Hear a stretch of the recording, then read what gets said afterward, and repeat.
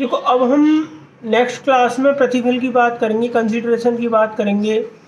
तो प्रतिफल दो सब क्लोज डी कॉन्टेक्ट एक्ट के अंदर दिया गया है और उसमें ये कहा गया है कि प्रतिफल विधिपूर्वक हो, प्रतिफल लोकनीति के विरुद्ध नहीं हो और प्रतिफल संविदा के उन सामान्य सिद्धांतों को पूरा करने के लिए आवश्यक हो। तो प्रतिफल की जहाँ तक संविदा में कोई स्थिति है वो एक स्पष्ट स्थिति नहीं है। प्रतिफल ज़्यादा भी हो सकता है, प्रतिफल कम भी हो सकता है, बट एक स्थिति इम्पोर्टेंट है कि कानूनी जो स्थिति है, अर्थात कानूनी रूप से जो प्रतिफल है वो हर स्थिति में वैलिड होना चाहिए और सफिशेंट मैनर का जो प्रतिफल है वह की होना चाहिए। तो प्रतिफल सेक्शन 25 में है, प्रतिफल के बिना किए गए करार शून्य होंगे सिवाय जबकि वह लिखित या रजिस्ट्रीकृत हो। इसके अंतर्गत दिया गया है प्रतिफल के बिना किया गया करार शून्य है और इसमें एक केस लॉ भी था जिसमें बताया गया था कि ऐसा करार जो अभ्यस्त के द्वारा किया जाए शून्य होगा। मौरी बीबी बनाम Dharmodas Ghosh, privy council decide case था 1903 में। तो सबसे पहला है कि प्रतिफल के बिना किया गया करार शून्य है निम्नलिखित जब सिवाय जबकि वह लिखित और रजिस्ट्रीकृत हो। तो सब पहला तो है अपवाद की स्थिति कि अपवाद में कौन सा अपवाद हमें यहाँ पे हम लागू करेंगे। तो पहला है लिखित रूप में अभिव्यक्त और दस्तावेजों के रजिस्ट्रीकरण के लिए तत्समय प्रवर्तित विधि के अधीन रजिस्ट्रीकृत किया गया हो, सबसे पहली बात। दूसरा पक्षकारों के बीच नैसर्गिक प्रेम और स्नेह से ऐसा करार किया गया हो।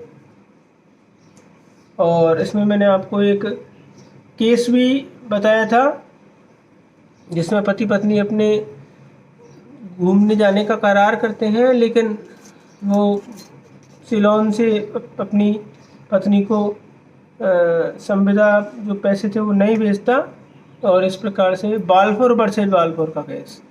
तो ये इसका एक पार्ट का माना जाएगा।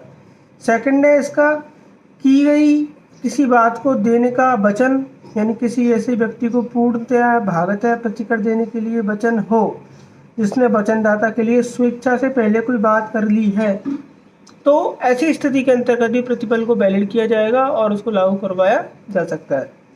तीसरा है परिसीमा विधि द्वारा पारित ऋण की परिसीमा विधि जिसको रोकती है, पारित किसी ऋण के संदाय का वचन हो। ऐसी स्थिति के अंतर्गत भी यही देखा जाएगा कि वह लिखित होना जरूरी है और उस पर की हस्ताक्षरित वचन हो। तो इस प्रकार से हमारा ये एक सेक्शन 25 हुआ। इसके दो स्पष्टीकरण दे रखे हैं जिसमें पहला स्पष्टीकरण काफ़ी इम्पोर्टेंट है और वो ये कहता है इस धारा की कोई भी बात वस्तुतः दिए गए किसी दान की विधि मान्यता पर जहाँ तक कि दाता और आदाता के बीच का एक संबंध है प्रभाव नहीं डालेगी। तो यानी कि दान पर हमारा यह जो क्लोज है यह विशेष रूप से प्रभाव नहीं डालेगा। तो ये हमारा हो गया सेक्शन 25 स्पष्टीकरण 1। अब इसके आप दृष्टांत देख लो। दृष्टांत के अंतर्गत सबसे पहला यही दृष्टांत है कै की थैली में कै कुछ पैसे पाता है, उसे उसको वो दे देता है, कै देने का वचन देता है, यह एक संविदा है। दूसरा ले लो आप इसका, कै नैसर्गिक प्रेम और स्नेह से अपने पुत्र कै को 10,000 रुपये देने का वचन देता है। कै अपने वचन के लेखबद्ध करता है और उसे रजिस्ट्रीकृत करता है, यह एक संविदा की परिभाषा के अंतर्गत आएगा। इसका एक इम्पोर्टेंट आपको और बताता हूँ, कै को किसी प्रतिफल के बिना 10,000 रुपये देने का कै वचन करता है, यहाँ यह करार शून्य है और इसको ही आप आपके संविदा विधि की आधारशिला बना लेना कि जब तक हमारा कोई वचन जिसको हम कहते हैं प्रपोजल, तो प्रस्थापना जब किसी व्यक्ति के ज्ञान में आ जाए तो वह प्रस्तावना संसूचित की हुई प्रस्तावना मानी जाती है, कम्युनिकेटेड प्रपोजल माना जाता है। और communicated proposal equivalent to acceptance, यानी कि कम्युनिकेट कर दिया आपने प्रपोजल, और जिस व्यक्ति को आपने कम्युनिकेट करना है उसने आपकी बात स्वीकार कर ली है, तो वो आपका क्या बन जाएगा? एक्सेप्टेंस, प्रस्तावना। अब तीसरा स्टेप आता है एक्सेप्टेंस कैन बी रिवोक्ड। तो क्वेश्चन आता है क्या प्रस्तावना का रिवोकेशन किया जा सकता है? तो सेक्शन 3, 4, 5 में यही दे रखी है कि एक्सटेंशन रिवोक्ड, यानी आपने जो प्रपोजल दिया है वो भी रिवोक हो सकता है, आपने जो एक्सेप्टेंस दी है वो भी रिवोक हो सकती है। तो क्वेश्चन फिर आता है whenever it can be possible.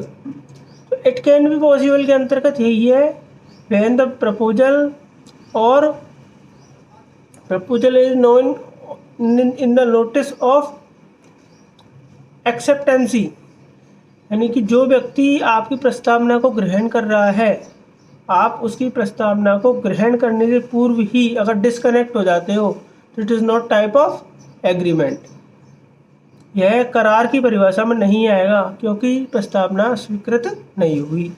तो इसमें आपने लिंडसेल कंपनी का केस भी पढ़ा था, गोवर्धन लाल केड़िया का केस भी पढ़ा था, काफ़ी सारे इसके अंतर्गत केस हैं।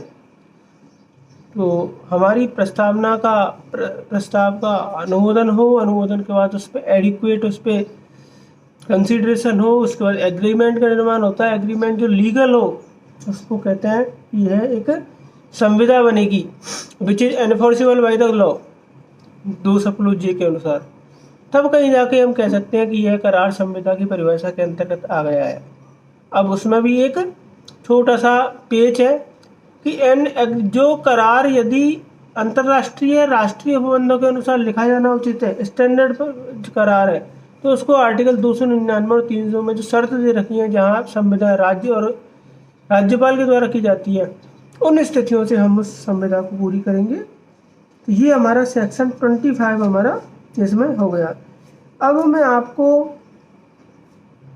बहुत अच्छा चैप्टर बहुत पढ़ाऊँगा, सेक्शन 26 से लेकर के सेक्शन 30 तक, जिसमें मैं बताऊँगा आपको कौन कौन से करार शून्य हैं और कौन कौन से करार शून्य नहीं है। तो आज की कक्षा के लिए इतना ही। Thank you.